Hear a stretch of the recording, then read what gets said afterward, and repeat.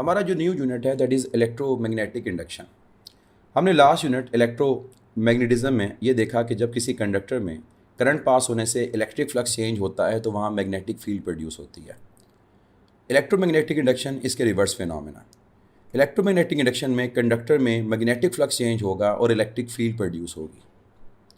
तो हम electromagnetic induction को अगर डिफाइन करें कि इलेक्ट्रोमैग्नेटिक इंडक्शन क्या फिनोमेना है, तो हम कहेंगे production of induce current and induce EMF due to change of magnetic flux. कि किसी भी कंडक्टर में करंट या ईएमएफ इंड्यूस हो और रीज़न क्या हो कि उस कंडक्टर में मैग्नेटिक फ्लक्स का चेंज हो, तो that is called electromagnetic induction. अब मैग्नेटिक फ्लक्स का चेंज चाहे कंडक्टर के मूव करने की वजह से हो, मैग्नेट के मूव करने की वजह से हो, मैग्नेटिक फील्ड के चेंज करने की वजह से हो, जब भी हमारे पास किसी कंडक्टर में मैग्नेटिक फ्लक्स चेंज होगा, ये लाजमी है कि मैग्नेटिक फ्लक्स उससे पास हो, प्रेजेंट हो और वो चेंज हो, तो वहाँ पर हमारे पास इंड्यूस होगा करंट और इंड्यूस होगा ईएमएफ। तो हमने ये देखा कि मैग्नेटिक फ्लक्स का चेंज दो चीज़ें करेगा। ये हमारे पास उस कंडक्टर में इंड्यूस करेगा ईएमएफ को, और सेकंड ये इंड्यूस करेगा करंट को, क्योंकि ईएमएफ होगा तो ऑब्वियसली वहाँ करंट भी प्रोड्यूस होगा अगर सर्किट क्लोज है। अब इंड्यूस ईएमएफ और इंड्यूस करंट किन फैक्टर्स पे डिपेंड करता है? इंड्यूस करंट डायरेक्टली प्रोपोर्शनल होगा rate of change of magnetic flux के, ये हम आगे जाके फेरेडेज लॉ में भी पढ़ेंगे। और सिमिलरली अगर फ्लक्स के साथ इंड्यूस करंट ईएमएफ का ताल्लुक है तो वही rate of change of magnetic flux directly proportional induce current के भी होगा। याद रखिएगा कि जो इंड्यूस ईएमएफ होता है ये इंडिपेंडेंट होता है सर्किट की रेजिस्टेंस के, और ओवरऑल हम कहते हैं कि सर्किट ओपन हो क्लोज हो, ईएमएफ का ताल्लुक सर्किट से नहीं होता। लेकिन इंड्यूस करंट याद रखिएगा रेजिस्टेंस के इन्वर्सली प्रोपोर्शनल होगा। रेजिस्टेंस के ज़्यादा होने से इंड्यूस करंट की वैल्यू कम होगी। नेक्स्ट हम बात करेंगे कि हमारे पास डिफरेंट क्या क्या पॉसिबिलिटीज़ हैं जिसकी वजह से किसी कंडक्टर में मैग्नेटिक फ्लक्स चेंज होगा और हमारे पास ईएमएफ और करंट इंड्यूस होगा। और आगे फिर ये चीज़ें हम डिफरेंट टॉपिक्स में पढ़ते हैं, मोशनल ईएमएफ के अंदर, म्यूचुअल और सेल्फ इंडक्शन के अंदर, और इसी तरह से जनरेटर और ट्रांसफार्मर के अंदर। तो क्या मेथड्स होंगे फ्लक्स को चेंज करने के? पहली मैं ऑप्शन ये कहता हूँ कि मेरे पास ये पॉसिबिलिटी है कि किसी रीजन में मैग्नेटिक फील्ड प्रेजेंट हो perpendicular inward to the plane, cross ये शो करेगा, और यहाँ पर हम किसी कॉइल को, चाहे वो सर्कुलर हो रेक्टेंगुलर हो, हम उसको मूव करवाएं इस तरह से कि उसका प्लेन मैग्नेटिक फील्ड के परपेंडिकुलर हो। तो जब वो कॉइल वहाँ मूव करेगी, तो जब वो एंटर होगी और उसको लीव करेगी, इन दोनों पॉइंट्स के ऊपर मैग्नेटिक फ्लक्स चेंज होगा, मींस इस कॉइल में इंड्यूस करंट प्रोड्यूस होगा। किस डायरेक्शन में, ये आगे जाके हम लेंज़ेज लॉ में देखेंगे। एक और एग्जांपल कि अगर हमारे पास एक बार मैग्नेट है और हम उस बार मैग्नेट को मूव करवाते हैं टुवर्ड्स अ सॉलिनॉइड, कोई भी कॉइल जो क्लोज हो और अटैच हो गैल्वेनोमीटर से, तो हमारे पास जब वो मैग्नेट मूव करेगा टुवर्ड्स, फ्लक्स इंक्रीज़ करेगा, और अब वो मूव करेगा अवे, फ्लक्स डिक्रीज़ करेगा। तो दोनों केसेस में फ्लक्स चेंज होगा और हमारे पास इस सर्किट में करंट और ईएमएफ इंड्यूस होगा। ये भी पॉसिबल है कि हम मैग्नेट को स्टैटिक कर दें और कॉइल को मूव करवाएं उसके टुवर्ड्स और उसके अवे, तब भी सेम रिजल्ट होगा। एक और एग्जांपल लेते हैं कि लेट्स से हमारे पास मैग्नेटिक फील्ड है किसी रीजन में और वहाँ पर एक रेक्टेंगुलर कॉइल प्रेजेंट है, जैसे जनरेटर की कॉइल हमारे पास प्रेजेंट हो मैग्नेटिक फील्ड के अंदर। तो अगर हम इस कॉइल को रोटेट करवाते हैं कि इनपुट देते हैं मैकेनिकल एनर्जी, तो कॉइल जब रोटेट करेगी तो रोटेट करने की वजह से इस कॉइल में मैग्नेटिक फ्लक्स ने चेंज होना है, तो वो मैग्नेटिक फ्लक्स का चेंज इस कॉइल में इंड्यूस करंट और इंड्यूस ईएमएफ को प्रोड्यूस करेगा। ये हम बात आगे जाके जनरेटर में करेंगे कि हमारे पास पोलैरिटी कब पॉजिटिव और कब नेगेटिव किस एंड पे होती है।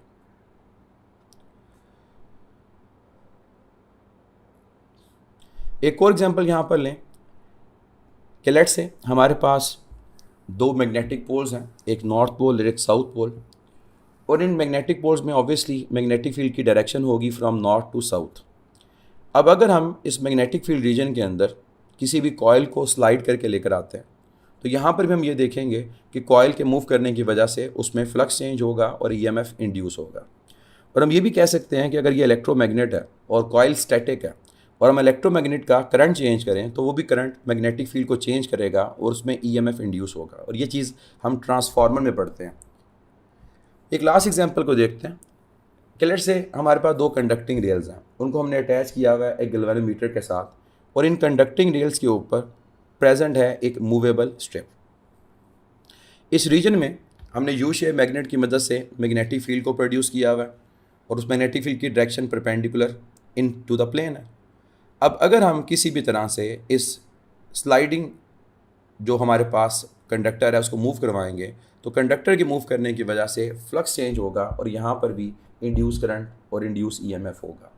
और ये बात हम आगे जाकर मोशनल ईएमएफ के टॉपिक में पढ़ते हैं कि हमारे पास वो जो ईएमएफ इंड्यूस होगा उसकी वैल्यू क्या होगी, वो किन वेरिएबल्स पे डिपेंड कर रहा होगा।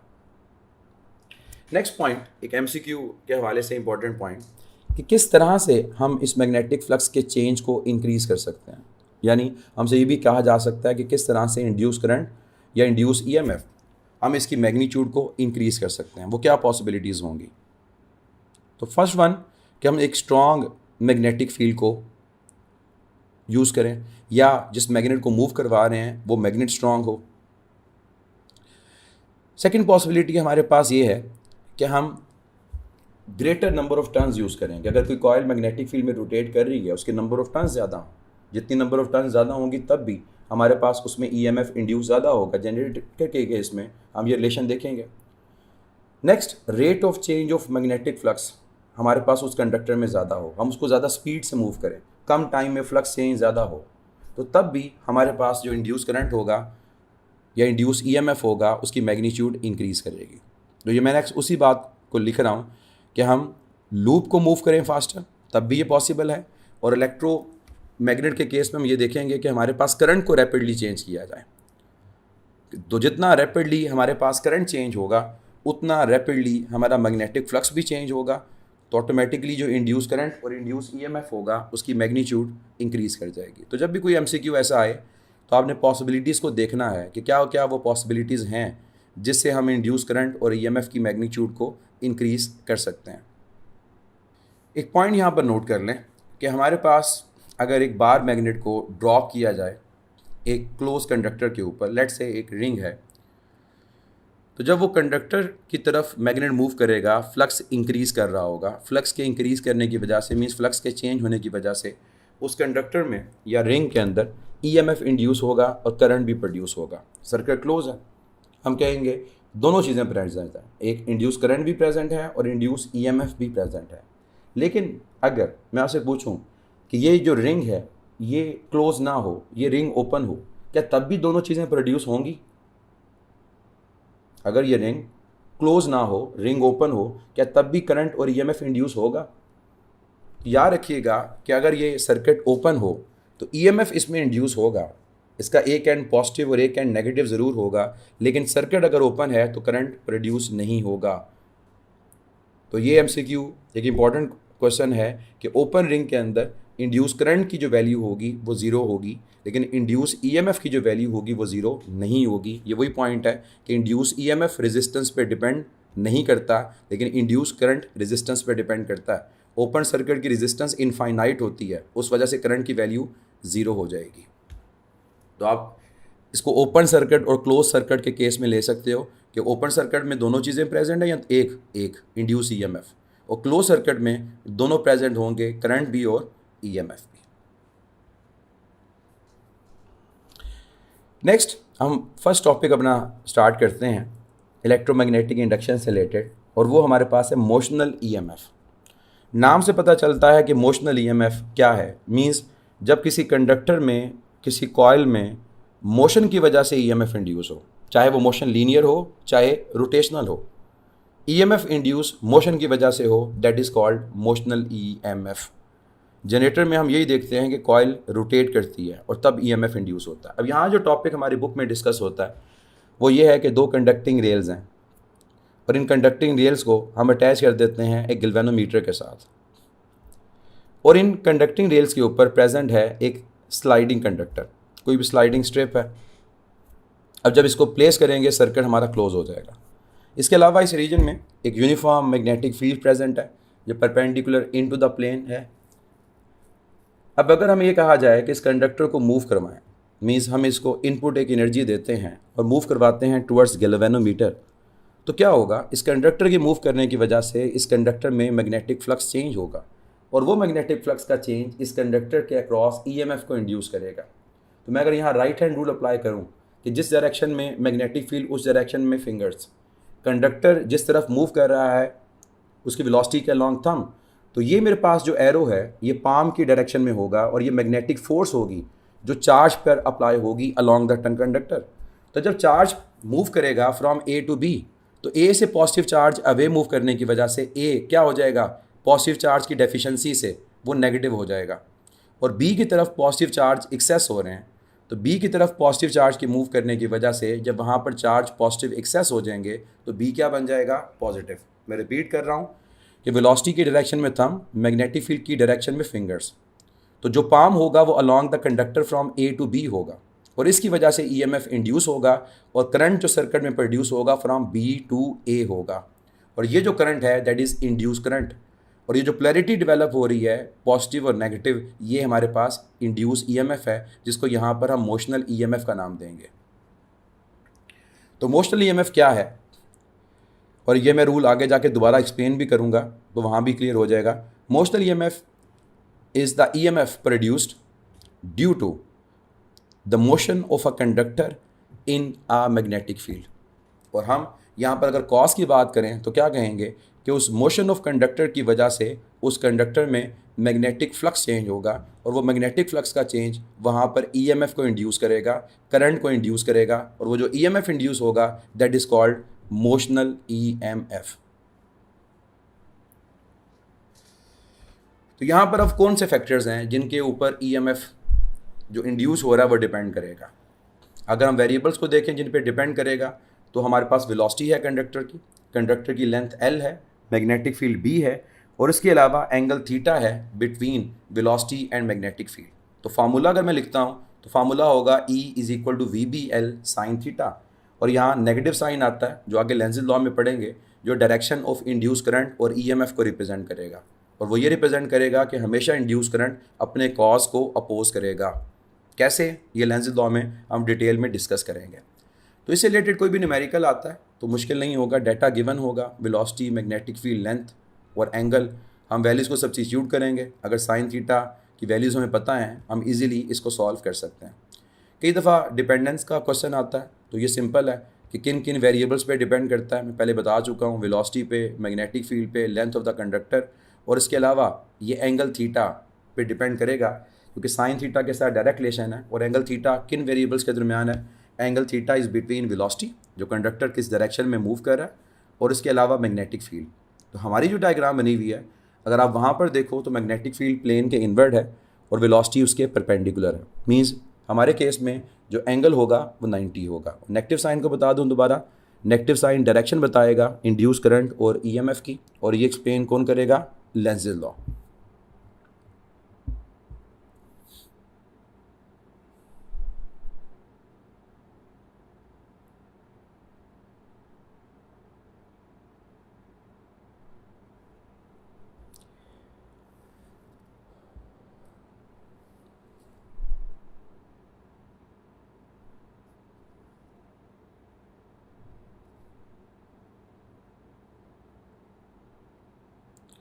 अब मैं यहाँ राइट हैंड रूल को एक्सप्लेन कर दूँ जो मैंने यहाँ पर एक्सप्लेन किया था डायरेक्शन फाइंड करने के लिए।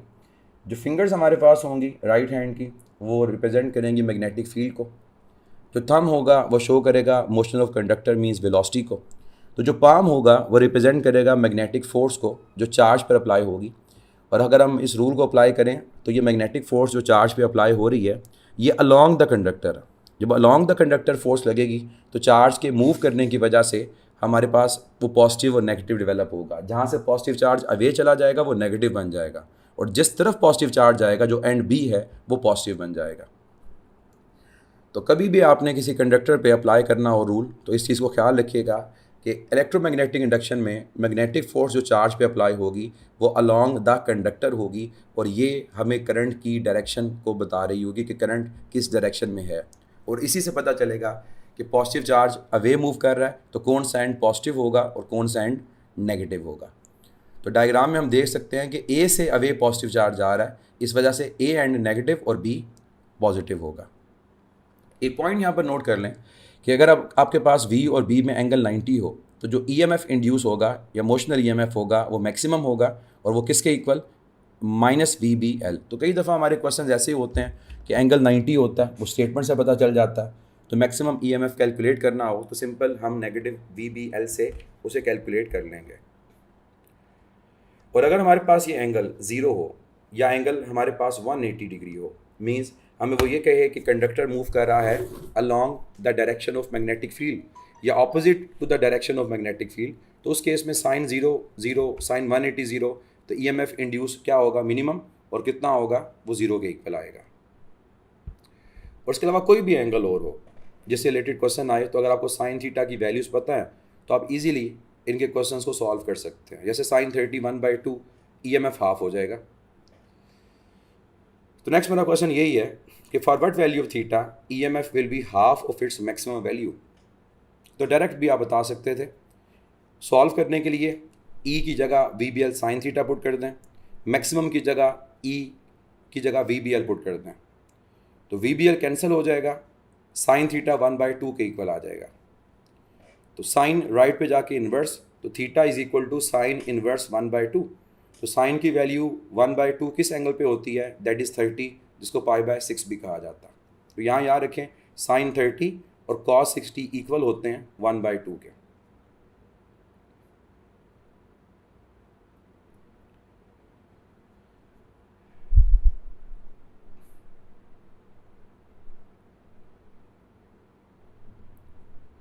नेक्स्ट एक और क्वेश्चन यहाँ पर डिस्कस करते हैं रिगार्डिंग मोशनल EMF। हमारे पास एक रीजन में, एक प्लेन में मैग्नेटिक फील्ड प्रेजेंट है। हम कह देते हैं कि लेट्स से वो magnetic field into the plane है। डायग्राम देना लाजमी नहीं है, स्टेटमेंट जो होगी उस स्टेटमेंट को सुने, उसके अकॉर्डिंग डायग्राम को ड्रॉ करें। मैंने क्या कहा, एक रीजन में किसी भी प्लेन में मैग्नेटिक फील्ड क्या है, इनवर्ड टू द प्लेन, और वहाँ पर एक कंडक्टर प्रेजेंट है जिसकी लेंथ L है। मैंने सर्कल से कंडक्टर को मेंशन कर दिया, और जो मैंने प्लेन यहाँ पर हॉरिजॉन्टल ड्रॉ किया, इसके बिल्कुल परपेंडिकुलर डायरेक्शन में मैग्नेटिक फील्ड प्रेजेंट है, और मैंने एरो से रिप्रेजेंट कर दिया कि वो प्लेन के इनवर्ड है, into the plane of the paper, जो भी सरफेस हमारे पास होगी।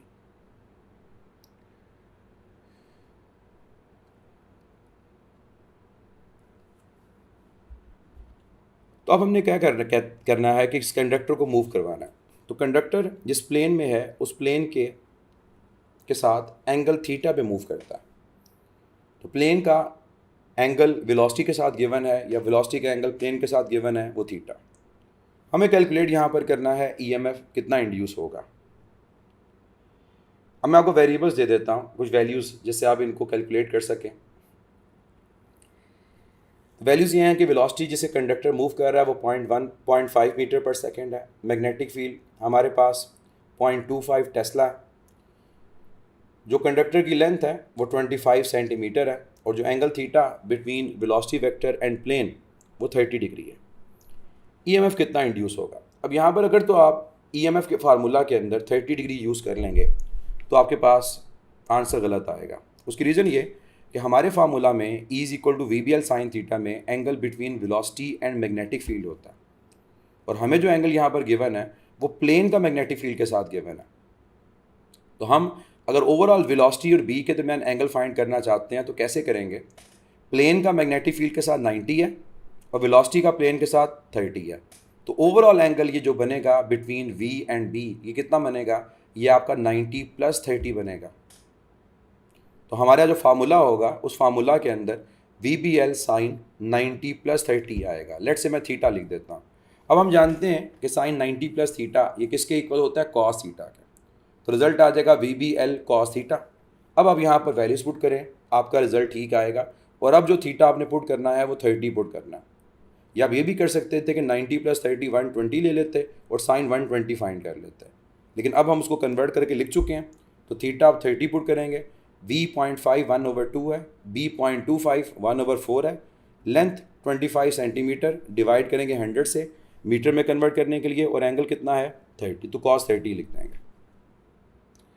अब जो यहाँ पर सॉल्व आपसे हो सकता है उसको करें, 25/100 ये 1/4 आ जाएगा।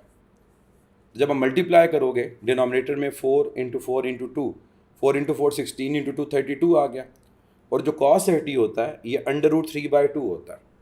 और आप √3/2 को यहाँ पर लिख सकते हो 0.866, क्योंकि यहाँ पर 0.866 से इसको सॉल्व करना कंपैरेटिवली ज़्यादा आसान होगा। अब 0.866 को मैं क्या करता हूँ 86.6 लिखता हूँ। जब 86.6 लिखूंगा तो साथ 10⁻⁻2 मल्टीप्लाई होगा। अब डिवाइड करना है 32 से। अब आप 86 और 32 को ईजिली सॉल्व कर सकते हो,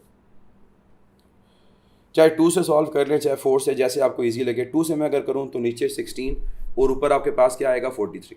अब 16 और 43 मल्टीपल नहीं है तो अप्रॉक्सीमेशन करें। आप 43 की जगह 44 ले लें, 42 ले लें, जिससे आप इसको इजीली सॉल्व करो। तो 2 × 8 16, और अगर मैं इसको एज्यूम कर लूँ 44 तो 22 आ जाएगा। अब 2 × 4 8 और 11। अब 11/4 को सॉल्व करना आसान है, तो मीन्स हमने एक बड़े नंबर को छोटे में कन्वर्ट कर लिया। तो 4 × 2 8, रिमाइंडर क्या है 3, तो 30 हुआ। तो 4 × 7 28, तो आंसर क्या आ गया 2.7 × 10⁻⁻2। और EMF है तो यूनिट क्या होगा वोल्ट। तो आपने अपनी कैलकुलेशन को आसान बनाना है कि जितनी आसान हो सके अप्रॉक्सीमेशन से उसको आसान करें, और फिर आपका जो रिज़ल्ट होगा वो आपकी 4 ऑप्शन में जो क्लोजेस्ट आंसर होगा वहाँ पर आ जाएगा। एक चीज़ आपने यहाँ पर याद रखनी है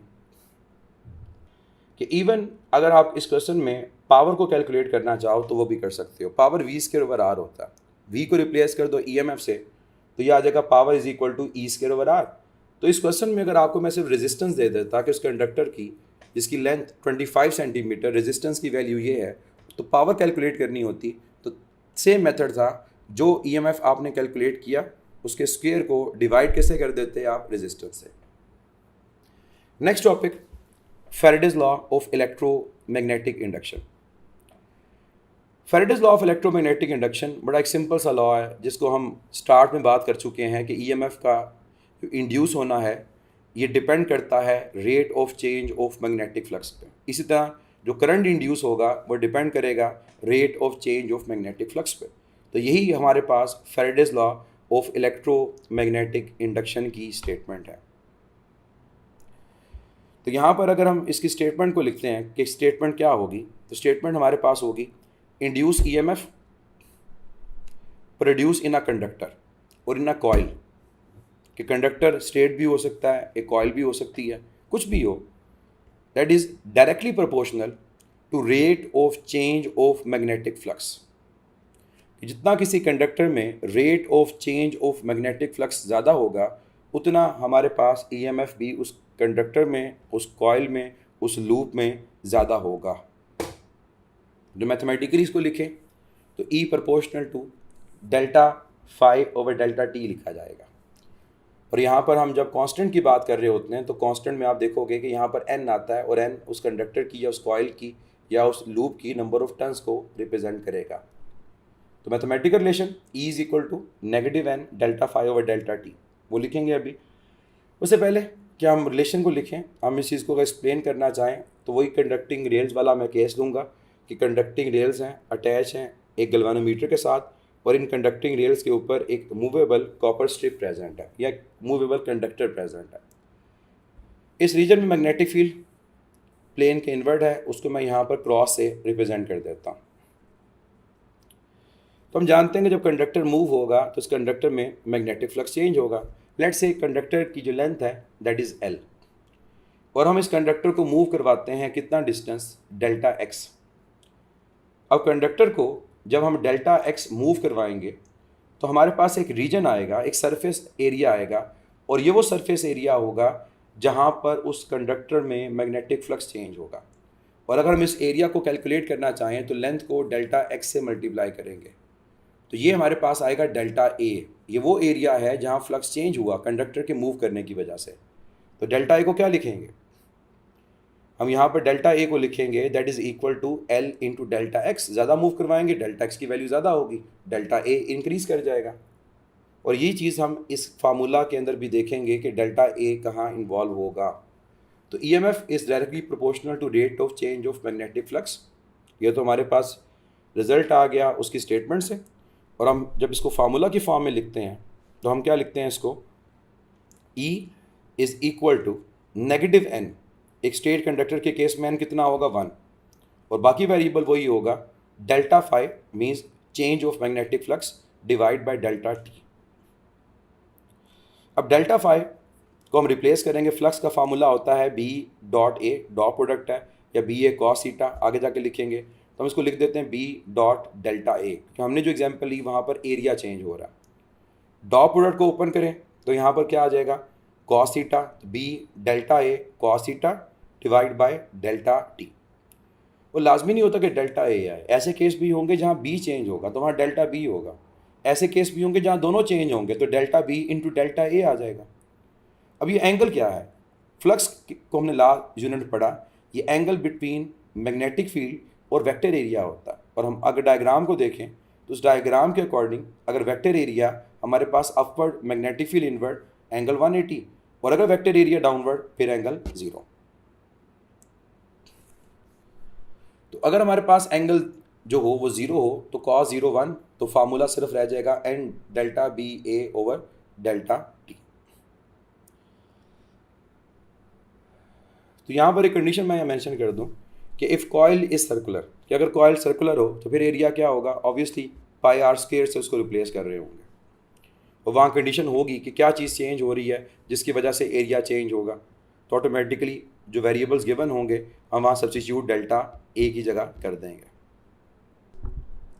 इस फार्मूला में नेगेटिव साइन भी शो करेगा डायरेक्शन ऑफ इंड्यूस ईएमएफ और करंट को, और ये लेंज़ेल लॉ से हम आगे जाके एक्सप्लेन करेंगे।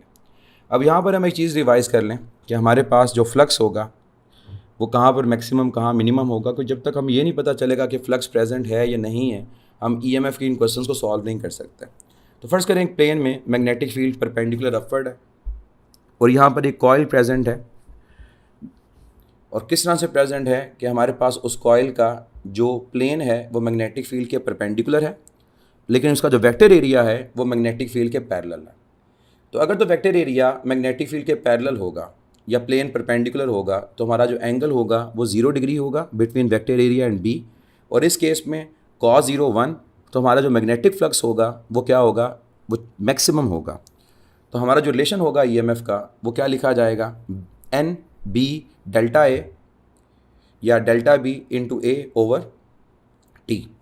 लेकिन अगर मैं इसी केस में ये मेंशन करूं कि हमारे पास जो कॉइल का प्लेन है वो मैग्नेटिक फील्ड के परपेंडिकुलर नहीं है बल्कि मैग्नेटिक फील्ड के अलॉन्ग है, तो अगर वो मैग्नेटिक फील्ड के अलॉन्ग है प्लेन, तो इस केस में जब मैं वेक्टर एरिया ड्रॉ करूंगा तो वेक्टर एरिया मैग्नेटिक फील्ड के परपेंडिकुलर आएगा।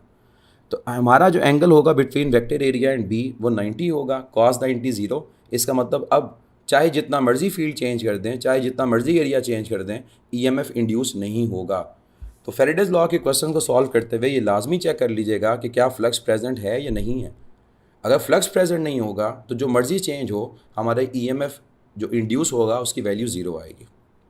एक मैं एग्जांपल देता हूँ जो मैं लास्ट यूनिट में भी दी, कि अगर आपको कहा जाए कि plane of coil is parallel to pole faces of a magnet, कि अगर एक कॉइल का जो प्लेन है वो पोल फेसेस जो मैग्नेट के हैं उसके पैरेलल है, तो क्या ईएमएफ इंड्यूस होगा। मतलब कुछ वेरिएबल्स ऐसे हैं जो चेंज हो रहे हैं, वो चीज़ मैं बाद में करूँगा। फिलहाल इतना पूछा कि क्या अगर कॉइल की ये पोजीशन हो उस मैग्नेटिक फील्ड के अंदर तो क्या ईएमएफ इंड्यूस होगा। तो पहले क्या करें, ड्रॉ करें कि हमारे पास अगर ये दो मैग्नेटिक पोल्स हैं तो इनके मैग्नेटिक पोल्स के जो पोल फेसेस हैं जिनको मैंने हाईलाइट किया, इसके बिल्कुल पैरेलल हमारे पास क्या प्रेजेंट है, कॉइल है। और कॉइल का जो प्लेन है वो इन पोल फेसेस के, जिसको मैंने येलो से हाईलाइट कर दिया, उसके पैरेलल है। तो आप डायग्राम से देख सकते हैं कि अगर कॉइल का प्लेन इन पोल फेसेस के पैरेलल होगा तो वेक्टर एरिया उस कॉइल का मैग्नेटिक फील्ड के अलॉन्ग होगा। तो अगर ये वाइट से मैं वेक्टर यहाँ पर कॉइल ड्रॉ करूँ तो इसका वेक्टर एरिया हमारे पास मैग्नेटिक फील्ड के क्या है, अलॉन्ग। तो अगर ये मैग्नेटिक फील्ड के अलॉन्ग है तो एंगल कितना है, 0, मीन्स फ्लक्स मैक्सिमम। तो यहाँ पर इंड्यूस ईएमएफ अगर होगा तो वो भी क्या होगा, मैक्सिमम होगा। लेकिन अगर हम स्टेटमेंट को चेंज करते हैं और यहाँ पर ये कह दें कि हमारे पास जो वेक्टर एरिया है वो पैरेलल है पोल फेसेस के, मीन्स कॉइल रोटेट हो गई 90 पे रोटेट होगी, तो तब भी हमारे पास जो वेक्टर एरिया आएगा वो पोल फेसेस के पैरेलल आएगा। तो उस केस में हमारा एंगल कितना हो जाएगा, मैग्नेटिक फील्ड के साथ 90, और cos 90 0, तो ईएमएफ इंड्यूस नहीं होगा। और ये बात हम आगे जनरेटर में पढ़ते हैं कि एंगल चेंज होने से हमारे पास जब साइन थीटा की वैल्यू चेंज हो रही होती है तो ईएमएफ इंड्यूस 0 और 180 पे नहीं होगा, 90 टू 70 पे मैक्सिमम होगा। तो डायग्राम से भी इसको देख सकते हो कि अगर ये नॉर्थ और साउथ पोल हैं और मैं यहाँ पर एक कॉइल को ड्रॉ करता हूँ, तो कॉइल का जो वेक्टर एरिया है वो हमारे पास पोल फेसिस के साथ पैरेलल है। तो पोल फेसिस के अगर वो पैरेलल होगा तो जो मैग्नेटिक फील्ड वो तो टुवर्ड्स राइट है, फ्रॉम नॉर्थ टू साउथ। तो इसका मतलब ये हुआ कि वेक्टर एरिया का उस मैग्नेटिक फील्ड से एंगल कितना है, 90, और कॉस 90 0। तो चाहे जितना मर्जी फील्ड को चेंज करते रहें, एरिया चेंज करते रहें, इस केस में ईएमएफ इंड्यूस नहीं होगा। तो ऐसे क्वेश्चंस न्यूमेरिकल टाइप भी हो सकते हैं, थ्योरेटिकल भी हो सकते हैं। तो आपको अगर फ्लक्स का आइडिया है कि कहाँ फ्लक्स मैक्सिमम कहाँ मिनिमम, आप इसको सॉल्व कर सकते हैं।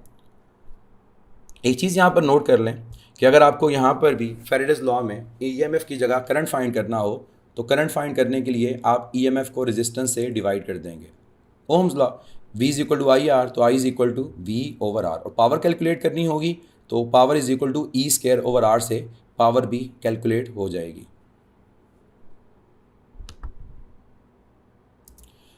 एक क्वेश्चन यहाँ पर डिस्कस करते हैं related to Faraday's law.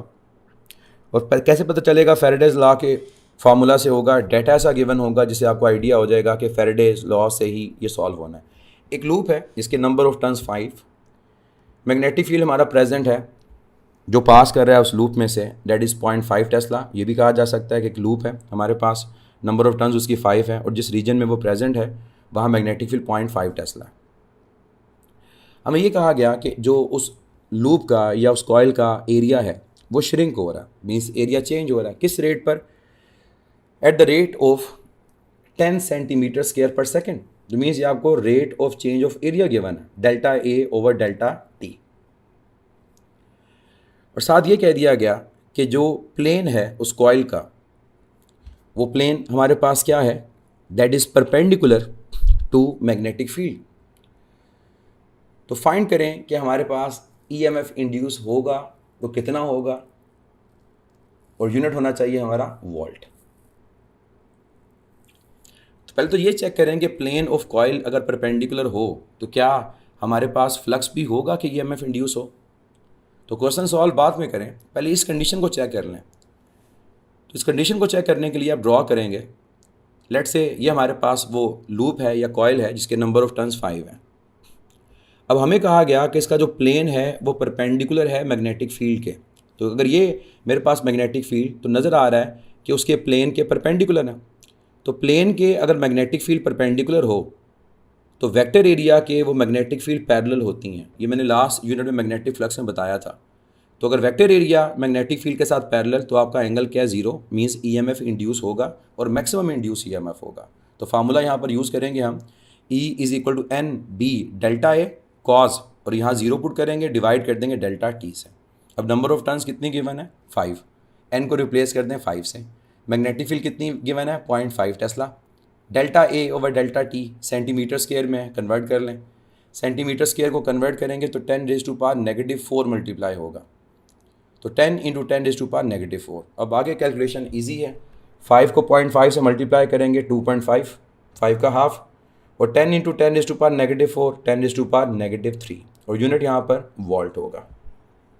Same question में अगर वो कहता कि प्लेन ऑफ कॉइल पैरेलल है मैग्नेटिक फील्ड लाइंस के, तो फिर आपका एंगल 90 होता, cos 90 0, फिर सॉल्व करने की ज़रूरत नहीं थी, डायरेक्ट आप कह सकते थे कि इंड्यूस ईएमएफ की वैल्यू यहाँ पर 0 होगी। तो इस चीज़ का ख्याल रखना है आपने। यहाँ पर मैं आपको एक और स्टेटमेंट बता दूँ फैराडेज लॉ की for n number of loops.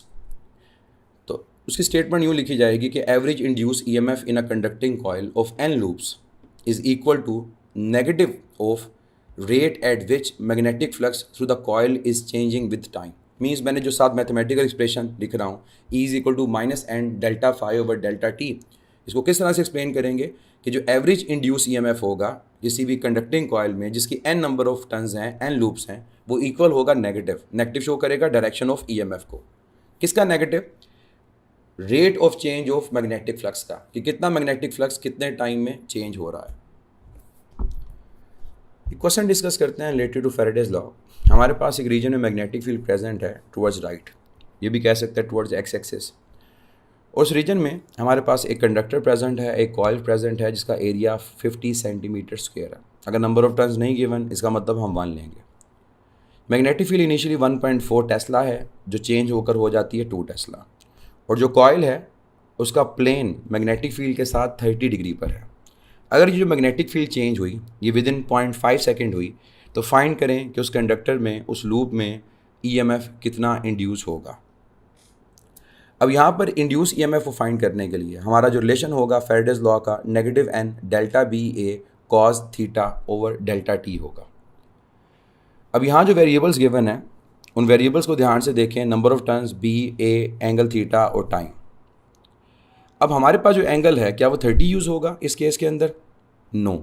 हमें पता है कि इस फार्मूला में जो एंगल है that is between vector area and magnetic field, जबकि हमें जो एंगल गिवन है वो प्लेन का मैग्नेटिक फील्ड के साथ गिवन है। तो हम क्या करेंगे, इस कॉइल का वेक्टर एरिया ड्रॉ करेंगे। तो आप डायग्राम से देख सकते हो कि वेक्टर एरिया का जो एंगल है वो मैग्नेटिक फील्ड के साथ 30 डिग्री नहीं है। ओवरऑल प्लेन का आप वेक्टर एरिया से देखो 90 है, तो 90 में से 30 सब्ट्रैक्ट करेंगे तो तब एंगल आएगा between vector area and magnetic field. तो कितना होगा? 90 - 30 60 डिग्री। तो angle between vector area and magnetic field यहाँ पर कितना है? 60 है।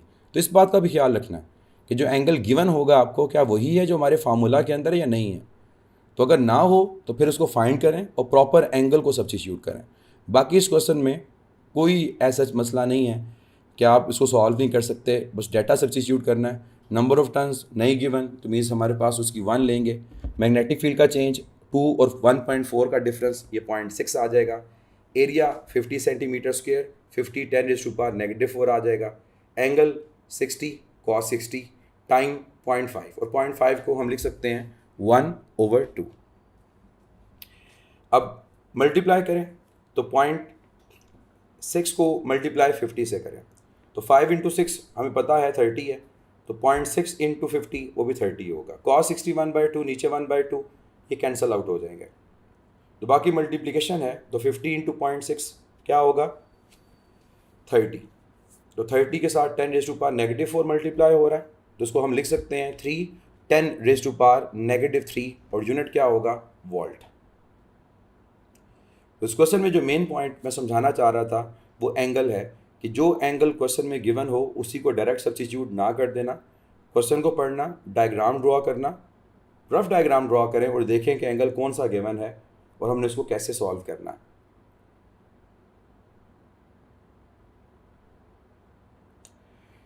नेक्स्ट बच्चे हम ब्रीफली डिस्कस करेंगे 2 टॉपिक्स को, क्योंकि वहाँ पर भी हम जो रिज़ल्ट है उसको फैराडेज लॉ से ही फाइंड करते हैं। तो फैराडेज लॉ हर जगह अप्लाई होगा क्योंकि ओवरऑल इलेक्ट्रोमैग्नेटिक इंडक्शन में कहीं भी अगर मैग्नेटिक फ्लक्स चेंज हो रहा है ये अप्लाई होगा। तो म्यूचुअल इंडक्शन और सेल्फ इंडक्शन की मैं यहाँ बात करूँगा। और म्यूचुअल इंडक्शन को पढ़ना इसलिए भी ज़रूरी है क्योंकि ट्रांसफार्मर का वर्किंग प्रिंसिपल म्यूचुअल इंडक्शन है और ट्रांसफार्मर हमारे सिलेबस में है। तो 2 कंडक्टिंग हमारे पास लूप्स हैं या 2 सोलेनॉइड्स हैं, इस तरह से प्रेजेंट हैं कि उनके जो प्लेन हैं वो एक दूसरे के पैरेलल। एक को हमने अटैच कर दिया है वेरिएबल बैटरी से, मीन्स उसका करंट चेंज होगा, और दूसरी कॉइल को हमने अटैच कर दिया गैल्वेनोमीटर से। तो जो हमारी प्राइमरी कॉइल होगी वो होगी जहाँ पर हम करंट को चेंज करेंगे, जहाँ पर हम इनपुट देंगे, और ये जो करंट का चेंज होगा ये मैग्नेटिक फील्ड को प्रोड्यूस करेगा और ये magnetic field lines secondary coil से भी पास कर रही होंगी।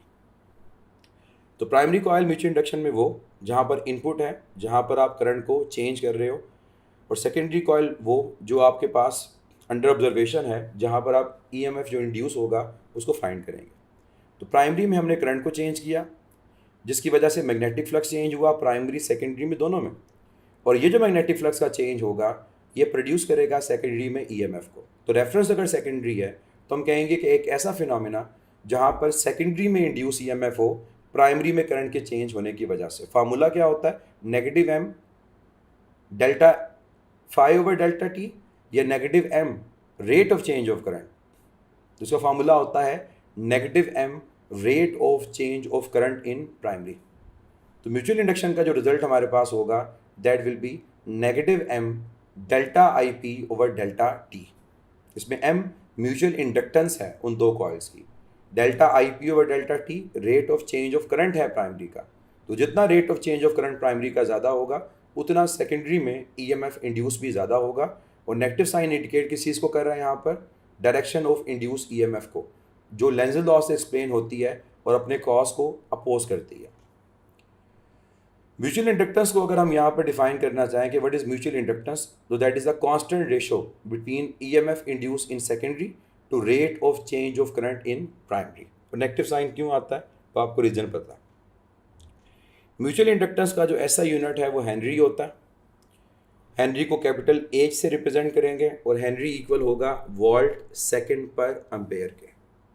और आप इवन वोल्ट पर एम्पेयर को ओहम भी लिख सकते हो, तो आप हेनरी को ओहम सेकंड से भी रिप्लेस कर सकते हो।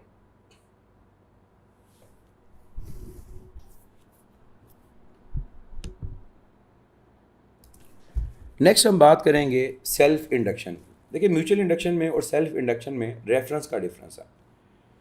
फ्लक्स तो चेंज प्राइमरी में भी हो रहा होता है, इसका मतलब ये हुआ कि सेल्फ इंडक्शन में हम एक ही कॉइल लेंगे और उसी कॉइल में अगर हम कहते हैं कि करंट चेंज होता है और करंट का चेंज फ्लक्स चेंज करता है, और फ्लक्स के चेंज होने की वजह से अगर उसमें ईएमएफ और करंट इंड्यूस होगा, then that phenomena is self induction. तो सेल्फ इंडक्शन में हमारे पास कोई सेकेंडरी कॉइल नहीं है, एक ही कॉइल जिसमें हम करंट को चेंज करेंगे, उसी में फ्लक्स चेंज होगा और फ्लक्स का चेंज उसमें ईएमएफ को इंड्यूस करेगा। तो change in current, flux change किया, फ्लक्स का चेंज ने ईएमएफ इंड्यूस किया, that is called self induction. और याद रखिएगा जिस टाइम पे स्विच को ऑन या ऑफ करते हैं, ये भी वो इंटरवल होता है जहाँ पर फ्लक्स चेंज होता है। Formula negative L delta I over delta T, और एल यहाँ पर क्या है, एल है सेल्फ इंडक्टेंस। तो सेल्फ इंडक्टेंस को अगर हमें कैलकुलेट करना है तो क्या करेंगे, हम delta I over delta T को ई से डिवाइड कर देंगे, तो रिलेशन आएगा it's a constant ratio between EMF induce जो उस कॉइल में हो रही है to rate of change of current. मैं रिपीट कर दूं, it's a constant ratio between EMF and rate of change of current. Self inductance का यूनिट हेनरी होगा जो इक्वल है वोल्ट सेकंड पर एम्पेयर के, और वोल्ट पर एम्पेयर की जगह ओहम लिख सकते हो तो ओहम सेकंड भी लिखा जा सकता है। म्यूचुअल इंडक्टेंस और सेल्फ इंडक्टेंस किन फैक्टर्स पे डिपेंड करती है, तो याद रखिएगा ये डिपेंड करती है ज्योमेट्री ऑफ द कॉइल या कॉइल्स के ऊपर। द म्यूचुअल इंडक्टेंस में ऑब्वियसली कॉइल्स को होगा और सेल्फ इंडक्टेंस में एक ही कॉइल है। अब ज्योमेट्री के अंदर नंबर ऑफ टर्न्स आती हैं, एरिया आता है, लेंथ आती है और मीडियम आता है। अब ये वेरिएबल्स कौन कौन से होंगे, नंबर ऑफ टर्न्स के लिए n, लेंथ के लिए l, एरिया के लिए a और मीडियम के लिए म्यू नॉट, और अगर फ्री स्पेस के अलावा कोई मीडियम होगा तो म्यू आर आ जाएगा। परमेबिलिटी। सेल्फ इंडक्टेंस का रिलेशन एक बड़ा इंपॉर्टेंट है क्वेश्चंस के लिए, और वो है n फाई ओवर आई। और जब यहाँ पर आप फाई की वैल्यू को सब्स्टिट्यूट करते हो और करंट की वैल्यू को सब्स्टिट्यूट करते हो तो ये रिलेशन आ जाता है mu naught n square A L. Small n number of turns पर यूनिट लेंथ है, और यहाँ पर जब आप स्मॉल n की वैल्यू को पुट करोगे तो ये रिजल्ट चेंज होकर क्या बन जाएगा, mu naught capital N square A over length. जहाँ से ये पता चलेगा कि सेल्फ इंडक्टेंस का रिलेशन लेंथ के साथ डायरेक्ट नहीं है, लेंथ के साथ इसका जो रिलेशन है एक्चुअली वो क्या है, इन्वर्स है। तो अगर लेंथ को डबल कर देंगे तो सेल्फ इंडक्टेंस की वैल्यू हाफ हो जाएगी। तो ये रिलेशन आपने याद रखना है कि नंबर ऑफ टर्न्स के स्क्वायर के साथ डायरेक्ट, एरिया से डायरेक्ट, लेकिन लेंथ के साथ इन्वर्स रिलेशन है।